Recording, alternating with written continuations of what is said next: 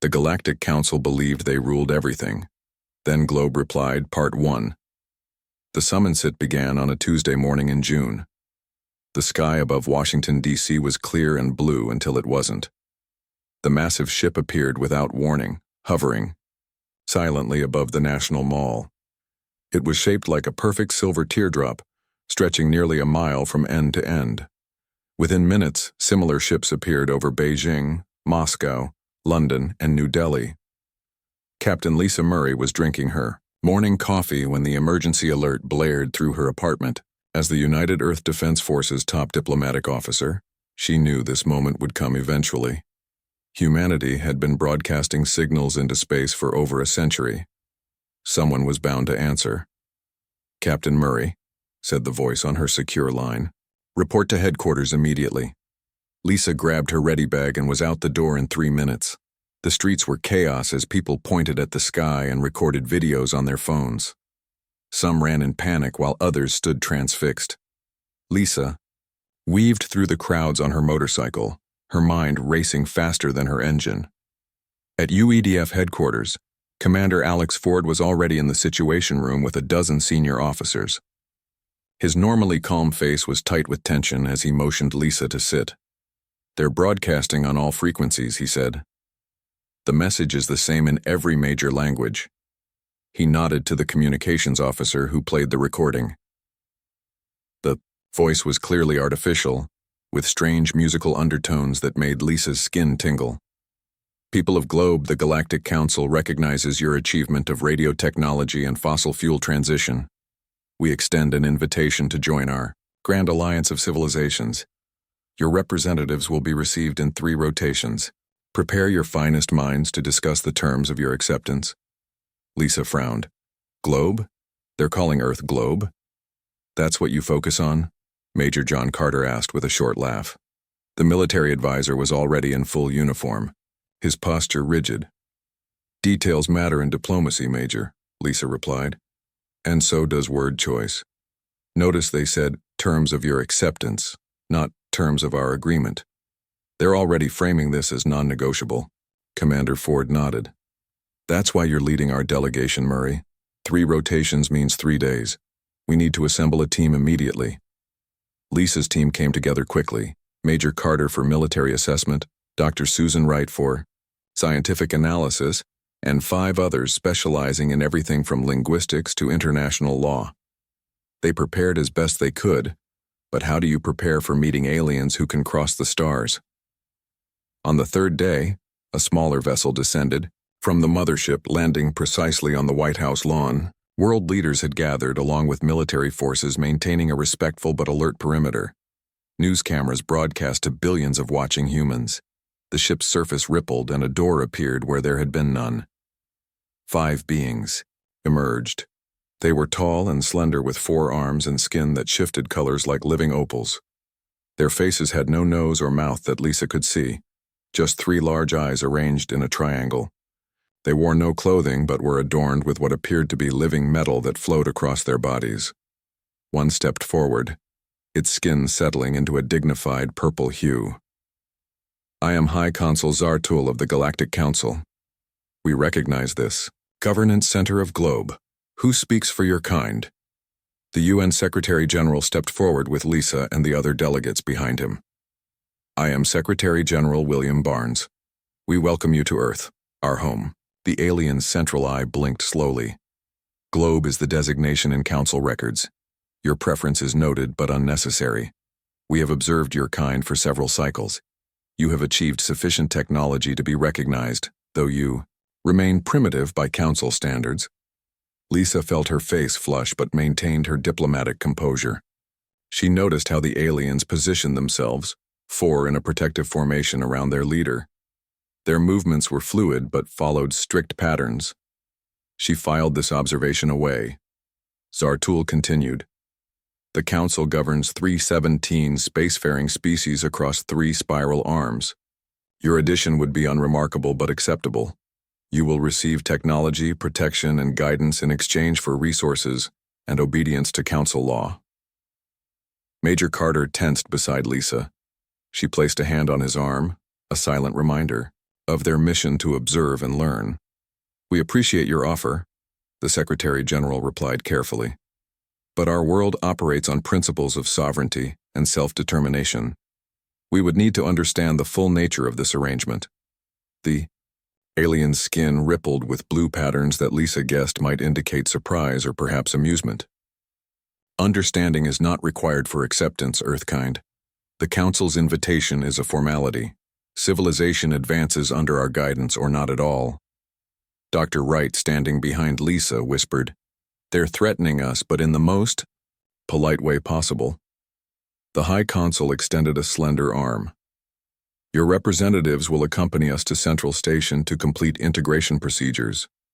Resistance would be unfortunate and ultimately futile." Lisa stepped forward. "High Consul, we're honored by your invitation." She emphasized the word, reclaiming the framing. "However, our protocols for such significant diplomatic engagements require preparation.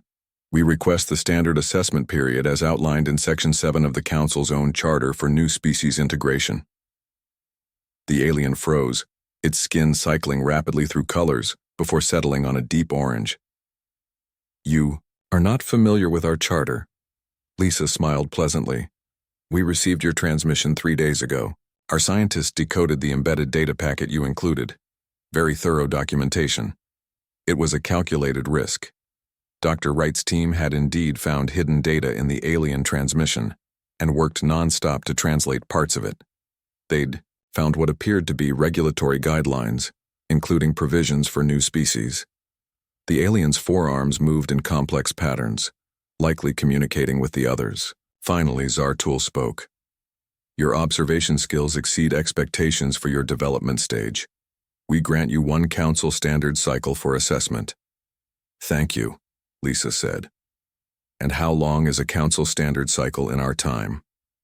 30 of your days," the alien replied. "We will maintain observation positions around your world. Prepare your delegation for transport when the period ends." With that, the aliens returned to their ship and departed. The gathered humans released a collective breath. Commander Ford approached Lisa.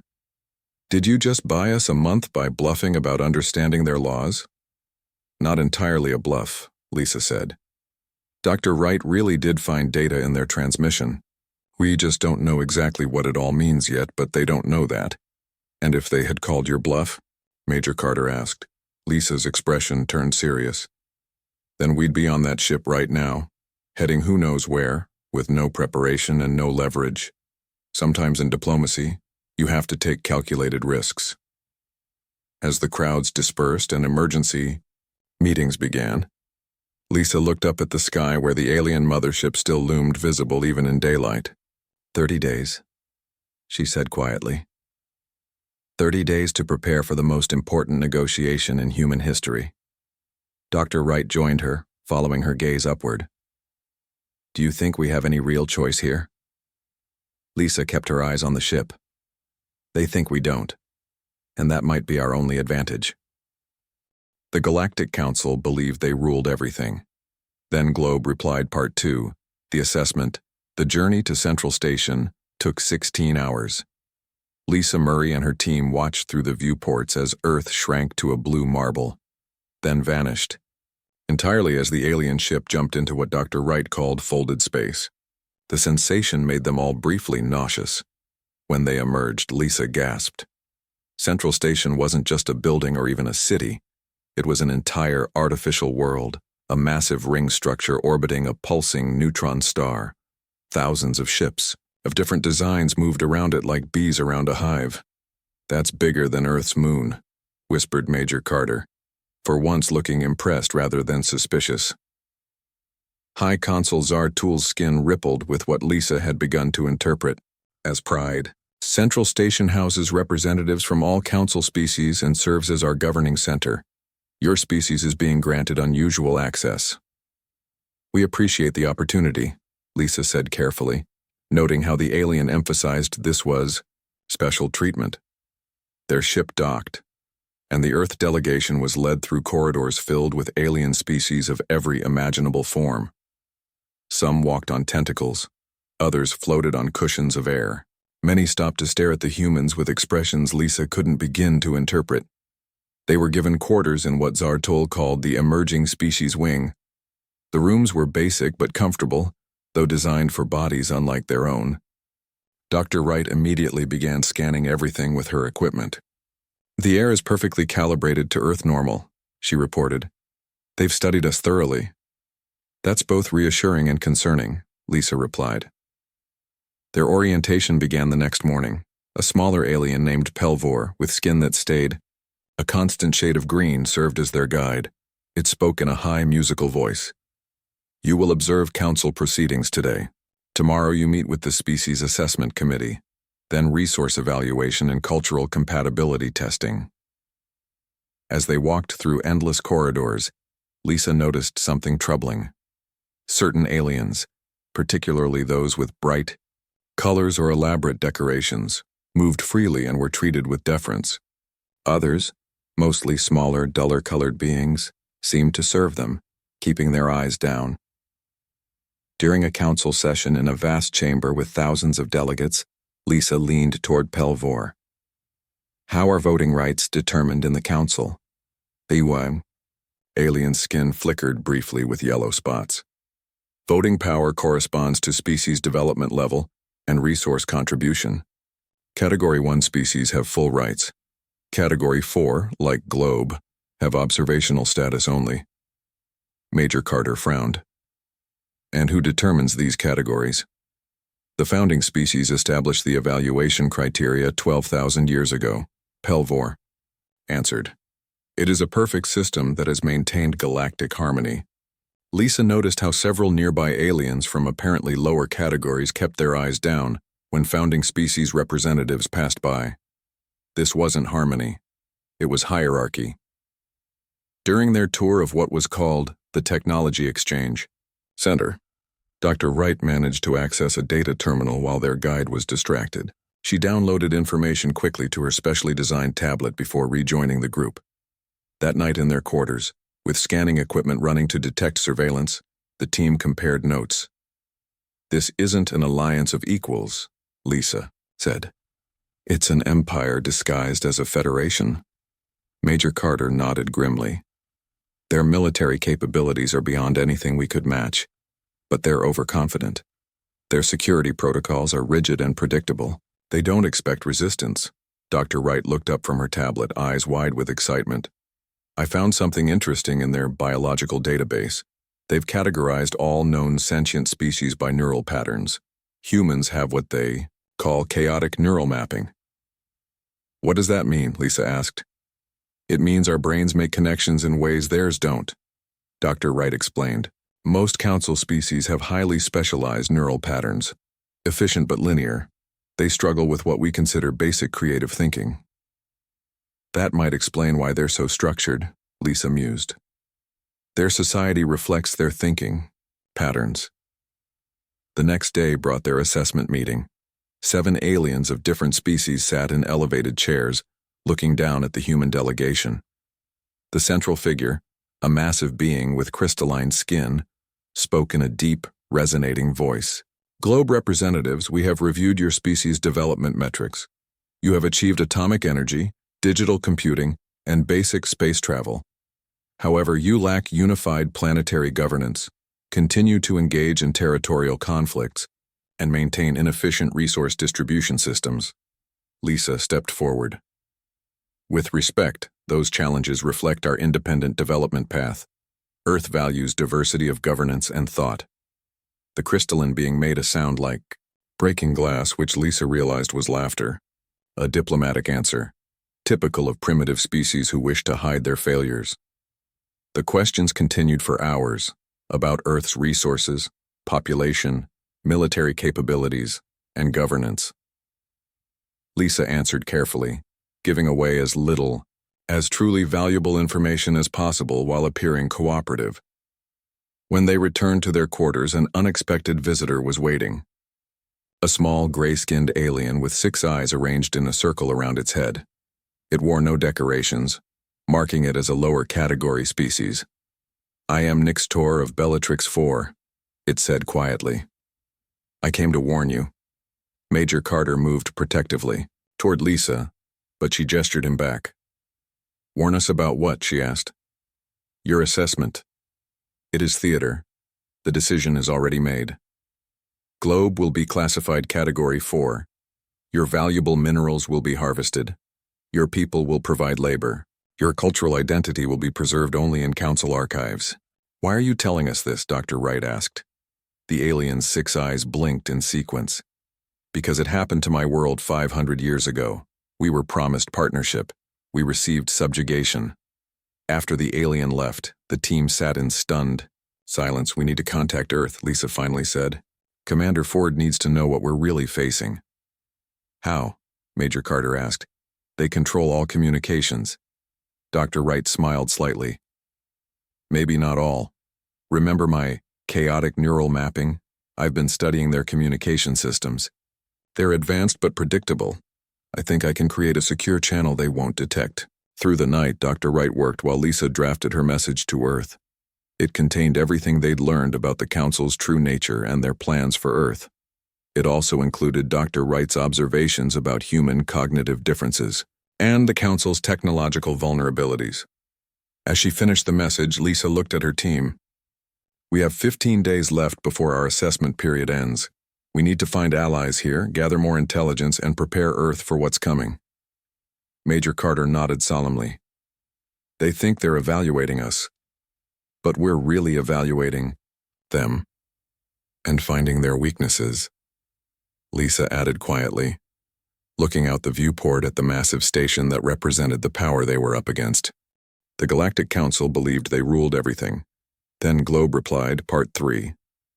The challenge back on Earth, Commander Alex Ford stood in the underground war room beneath the Rocky Mountains.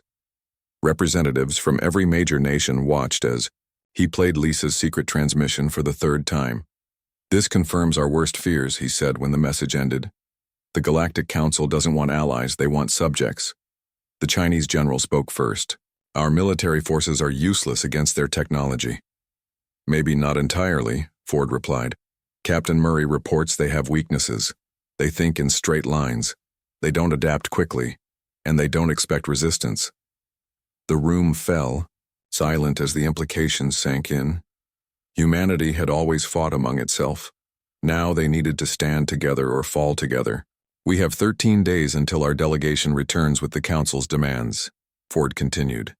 I propose we use that time to prepare a response they won't expect. On Central Station, Lisa and her team continued their official assessment while secretly gathering intelligence.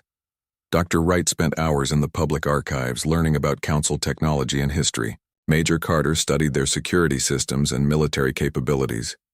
Lisa built relationships with representatives from other species, particularly those from lower categories. During a formal dinner with Council officials, Lisa sat beside a reptilian alien named Sask from a Category 3 world. Your species shows unusual adaptability, Sask said quietly. Most new arrivals simply accept their place. Lisa smiled diplomatically. Earth has a long history of questioning authority. A dangerous trait, Sask replied. But Lisa noticed a flicker of what might be approval in its vertical pupils. Perhaps, Lisa said. But sometimes questioning leads to better answers for everyone. Sask moved closer. There are others who share such thoughts. Not openly, of course. I would be interested in meeting them, Lisa said carefully. The next day, Sask led Lisa through service corridors to a hidden chamber deep in the station's maintenance levels. Representatives from 7 species waited there, all from Categories 3 and 4. They watched Lisa with a mixture of hope and suspicion. This is dangerous for all of us, said a crystalline being much smaller than the one who had judged Earth's assessment. If discovered, our worlds would face sanctions. Yet you're here, Lisa noted. Because rumors say Earth plans to challenge the Council, said a floating creature with tentacles. No species has dared this in 3,000 years. Lisa chose her words carefully. Earth values its independence. We seek to understand all options. The aliens shared their stories. How the Council had promised benefits but delivered exploitation. How their homeworlds had lost resources, autonomy, and cultural identity. how resistance was punished by what the Council called pacification, military force that made examples of those who questioned the hierarchy. "What does Earth hope to achieve?" asked Sask. "You cannot fight them." "Perhaps not with weapons," Lisa replied, "but there are other ways to challenge power." When she returned to their quarters, Dr. Wright was waiting with excitement in her eyes. "I found something in the archives," she said. "The Council's founding charter. The original version, not the modified one they showed a new species." "How does it differ?" Lisa asked. "The original charter promised equality and mutual advancement for all species," Dr. Wright explained. "But over thousands of years, the founding species amended it to create the category system and justify their control." "That could be valuable," Lisa said thoughtfully. Major Carter entered, his face grim. "The Council's military committee is already discussing Earth. I accessed their secure communications. They're preparing a pacification fleet in case we reject their terms." Lisa wasn't surprised. "How long would it take this fleet to reach Earth?" "At their fastest speed, 14 days after our assessment period ends." Lisa nodded. "That gives Earth time to prepare, and us time to implement the next phase." Over the following days, Dr. Wright worked with engineers from their new alien allies to create a special data package. Major Carter identified vulnerabilities in the Council's communication systems, and Lisa prepared for the final assessment meeting. When the day arrived, all 7 members of the assessment committee sat in their elevated chairs. The lead member spoke with practiced authority. "Globe representatives, your assessment is complete. The Council offers Category 4 status with standard resource sharing requirements. A governance advisor will accompany you to facilitate your transition." Lisa stepped forward. "With respect, Earth must decline these terms." The chamber filled with shocked murmurs. The lead assessor's crystalline skin darkened with what Lisa now recognized as anger. "Decline is not an option, human. The Council's decision is final." "Perhaps," Lisa said calmly, "but according to Article 17 of the Council's original charter, any species may challenge its categorization through formal petition to the full Council Assembly." Complete silence fell across the chamber. The assessors communicated with each other through rapid color changes and subtle movements. "That charter version is restricted," the lead assessor finally said. "How did you access it?" "Article 42 states, all species have access to full Council documentation," Lisa replied, knowing from Dr. Wright that this provision had never been removed, just hidden. "A petition would be pointless," another assessor said. "The full Council has not convened in 300 years. "Then perhaps it's time," Lisa suggested. "Unless the current Council leadership fears facing all member species together." It was a calculated challenge. From her meetings with dissatisfied species, Lisa knew many Council members were unhappy with the founding species' control, but lacked a catalyst for change. The lead assessor stood. "Your petition is noted. It will be reviewed according to procedure. Until then, your assessment period is extended." When they left the chamber, Major Carter whispered, "That buys us time, but they'll never allow a full assembly." "They may not have a choice," Lisa replied. "Dr. Wright, is the package ready?" Dr. Wright nodded. "Ready to transmit through the Council's own emergency alert system. Every species representative will receive the original charter and evidence of how it's been manipulated over centuries. And Earth's formal petition challenging not just our category, but the entire category system itself," Lisa added. Back in their quarters, Lisa contacted Commander Ford through their secure channel. "We've initiated the challenge," she reported. "The Council is in disarray, but they'll recover quickly. Has Earth prepared its response?" Ford's image smiled grimly. "More than they could possibly expect. The pacification fleet will find Earth is not the easy target they anticipate." "Good," Lisa said. "Because once we transmit our data package tomorrow, there's no going back. We'll either change the Council forever or face their full wrath." "Then I'll see you on the other side of history, Captain," Ford replied with a salute. That night, as Central Station's artificial day cycle dimmed, Lisa stood at the viewport looking out at the stars. Somewhere out there was Earth, still just a small blue planet on the edge of a spiral arm. Yet tomorrow it would challenge the powers that had ruled the galaxy for thousands of years. They believe they rule everything, she whispered to herself. Time to show them they don't. The Galactic Council believed they ruled everything. Then Globe replied. Part 4. The Uprising. The data package hit every communication device on Central Station simultaneously. In council chambers, private quarters, and public spaces, thousands of screens displayed the same message: the truth about your council. What followed was the original council charter with its promises of equality, mutual advancement, and shared governance. Then came documented evidence of how the founding species had gradually altered these principles, creating the category system to maintain their power. The final piece was Earth's formal petition, not merely to challenge its own category, but to restore the Council to its original purpose, a true alliance of equals. The station erupted in chaos.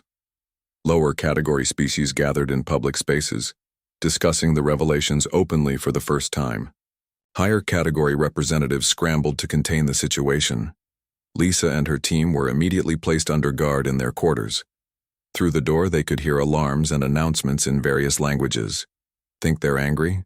Major Carter asked with a hint of a smile. Dr. Wright looked up from her tablet. The transmission reached 94% of station systems before they could block it, and according to our allies, it's spreading to homeworlds now. A loud bang shook their door. It slid open to reveal High Consul Zartul, flanked by security forces. The consul's skin flashed dark red patterns that Lisa had never seen before. You have violated council security protocols, spread unauthorized information, and incited potential unrest, Zartul said, voice cold. These are severe offenses. Lisa stood calmly. We've simply shared historical facts from your own archives. If truth causes unrest, perhaps the problem lies with those who hid it. Your diplomatic games are finished, Zartul replied. The pacification fleet has been dispatched to Globe. Your species will learn the price of defiance. That would violate your own laws, Lisa pointed out. Our petition requires a full council hearing before any action can be taken. Laws can be changed, Zartul said dismissively. The founding species will meet to address this disruption. And that's exactly the problem, came a voice from behind Zartul. Sask stepped into view, along with representatives from a dozen other species. Some wore the markings of Category 3 and 4 worlds, but others displayed the decorations of higher categories. The Coalition for Restoration demands the petition be heard by the full council as required by original charter law, Sask announced formally. Zartul's skin rippled with shock. Coalition? There is no coalition. This is council business. The council is all of us, said another alien, this one bearing Category 1 markings, not just the founding species. I speak for Centauri Prime and we support the petition. Lisa watched in amazement as representatives from dozens of worlds declared their support. The uprising she had hoped to spark was happening faster than she had dared to dream. Zartul and the security forces retreated to confer. While they were distracted, Sask slipped Lisa a small communication device. Your Earth allies should know the pacification fleet has launched, Sask whispered. 12 warships, heavily armed. Lisa nodded grimly and passed the device to Dr. Wright, who immediately established their secure connection to Earth. Commander Ford received the news with surprising calm. We expected this, he said through the secure channel. Global defense systems are in place. All they'll find is a united planet ready to demonstrate why humans should never be underestimated. What have you prepared? Lisa asked. Ford smiled. Let's just say we've been studying the alien technology we've been exposed to. Dr. Wright's notes about their predictable thinking patterns were particularly helpful. Before Lisa could ask for details, they were summoned to an emergency council session. The main chamber was packed with representatives from all categories, something that apparently hadn't happened in centuries. The 7 founding species sat on their elevated platform, clearly unhappy about the situation. The lead counselor spoke, with strained formality. Due to unusual circumstances, the full council has convened to hear Earth's petition. Lisa stepped to the center of the chamber, feeling thousands of alien eyes upon her. "Thank you for this opportunity," she began. "Earth comes before you not as an enemy, but as a mirror, reflecting back the ideal of what the Council was meant to be." She spoke for 20 minutes, outlining how the category system violated the Council's founding principles, how it wasted the potential contributions of countless species, and how a true alliance of equals would be stronger than the current hierarchy. "Earth doesn't seek to destroy the Council but to fulfill its original promise," she concluded. "We stand ready to join a galactic community based on mutual respect, but we will never accept subjugation." The chamber erupted in sounds from hundreds of species, some equivalent to applause, others to vocal agreement. The founding species representatives conferred through their color-changing communication. Finally, the lead counselor spoke. "The petition requires consideration. Until a decision is reached, all actions against Earth are suspended." Zartul stood suddenly. "Unacceptable.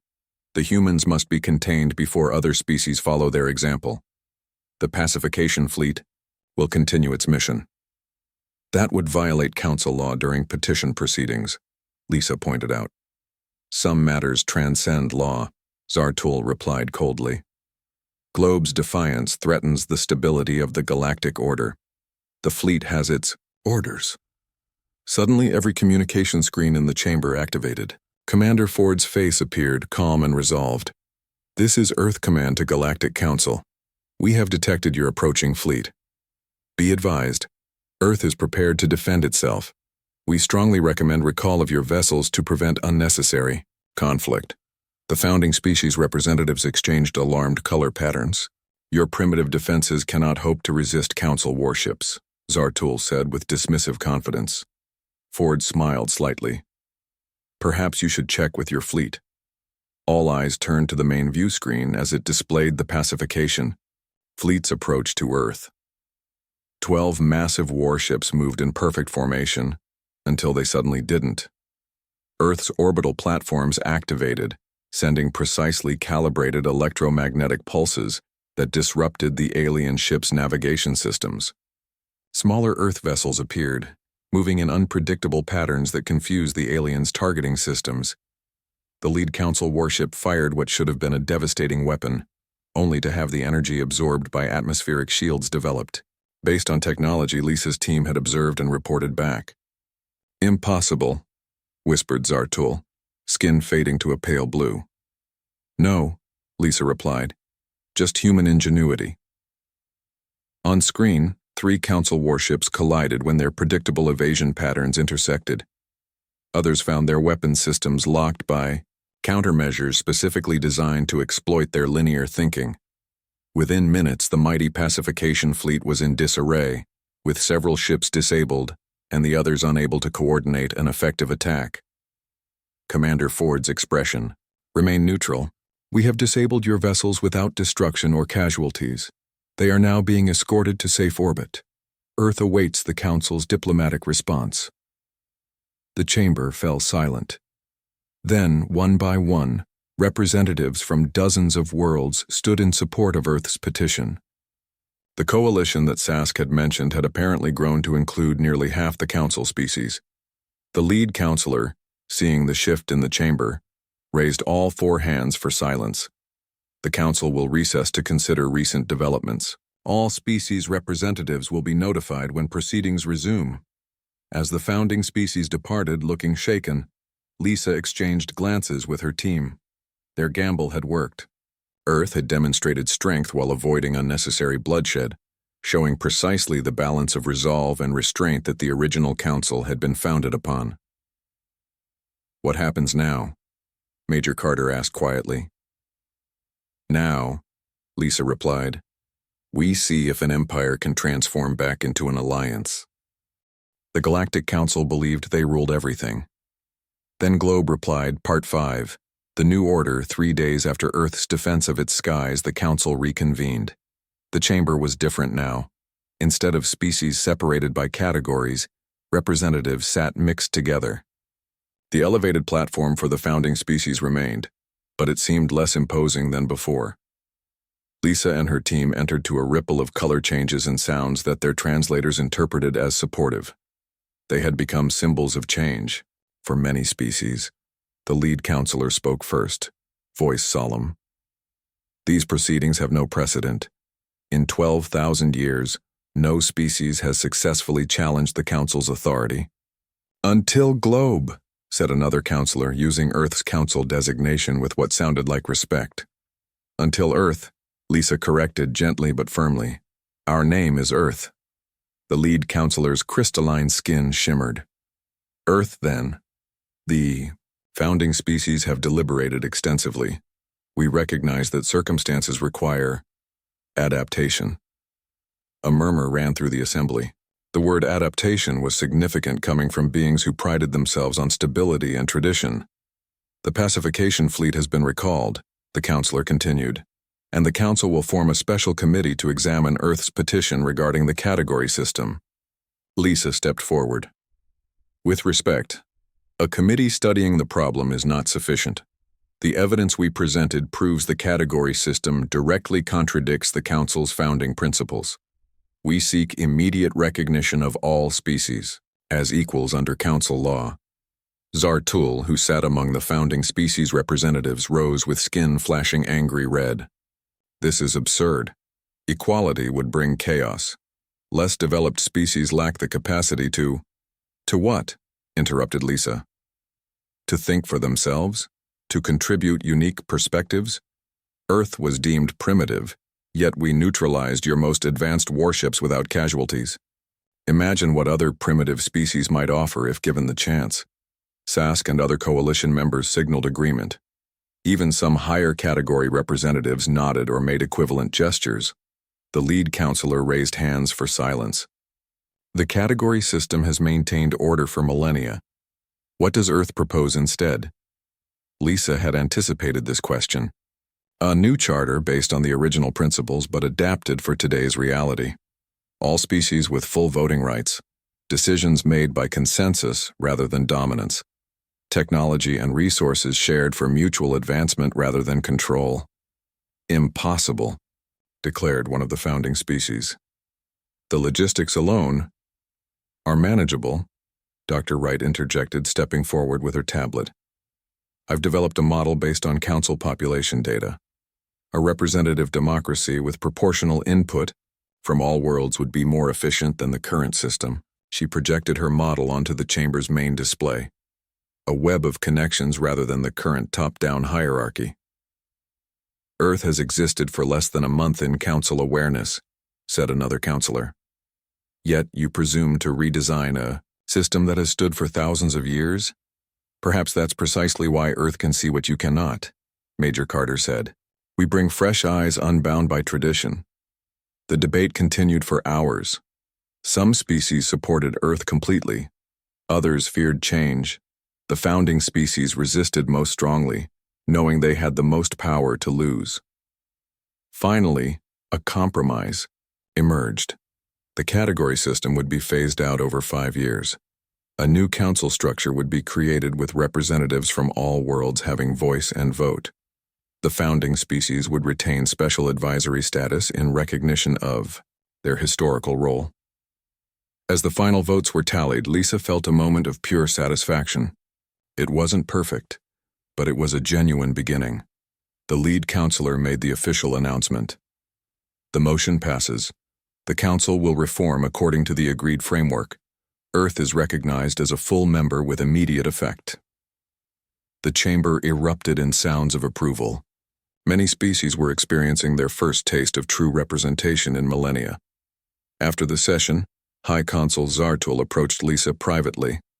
The alien's skin was a subdued purple now, without the dominant patterns it had displayed before. You have changed everything, Zartul said. Some will never forgive Earth for this.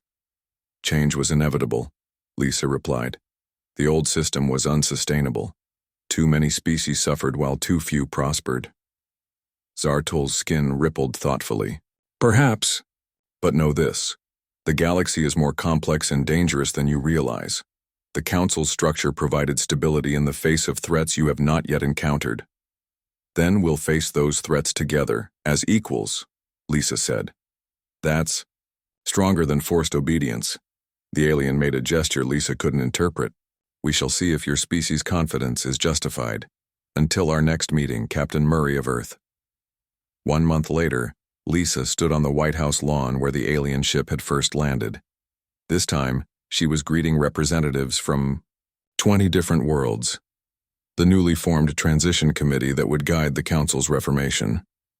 Commander Ford, who had been promoted to admiral for his role in Earth's defense, watched with pride as the alien delegates were welcomed by world leaders. Quite a change from their first arrival, he commented to Lisa. She nodded. From demands of submission to cooperation, though we still have a long way to go. Dr. Wright joined them, carrying her tablet as always. The technology exchange is already yielding results. Several council species have made breakthroughs by applying our chaotic neural mapping to problems they'd struggled with for centuries. And their technology is helping us advance decades overnight, Ford added. Major Carter approached with 2 aliens, Sask and a representative from a former Category 4 world. Our joint security protocols are being implemented across Council space, he reported. Turns out many species appreciate our more adaptive approach to defense. As the delegates moved inside for the formal meetings, Lisa paused for a moment, looking up at the sky. Somewhere up there, Central Station was being redesigned, its physical structure changing to reflect the new political reality. A young reporter approached her. Captain Murray, how does it feel to have changed the course of galactic history? Lisa smiled. Earth didn't do this alone. We just asked questions that needed asking and stood firm when it mattered. The change came because thousands of species were ready for it. And the future? What happens next? Lisa looked at the diverse group of aliens and humans working together. We build something better than what came before, a true federation of equals. It won't be easy, and there will be resistance. But that's how progress always works. As the sun set on the first day of the new era, ships from a dozen worlds orbited peacefully above Earth. No longer invaders or rulers, but partners in a galactic community that was just beginning to discover its potential. The Council had believed they ruled everything until Earth replied. But the true victory wasn't Earth standing alone. It was Earth showing that standing together as equals made everyone stronger than any empire could ever be.